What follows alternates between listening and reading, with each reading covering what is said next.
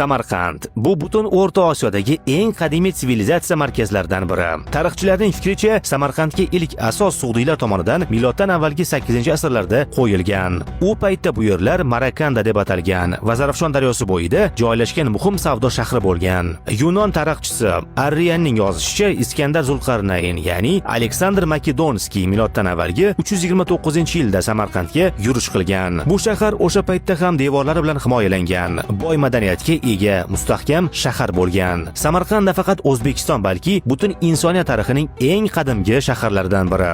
Yana bir fakt: Samarqand o'zining geografik joylashuvi sabab Ipak yo'lining yuragi bo'lgan. Sharq bilan g'arb aynan shu yerda uchrashgan. Bu yerda ilm, san'at va savdo uyg'unlikda yashagan. Shahar o'sha vaqtdan beri har bir davrda o'zining tarixiy o'rnini saqlab qolgan. Har bir toshida 1000 yillik sado bor. Videoga like bosishni va sahifamizga obuna bo'lishni unutmang.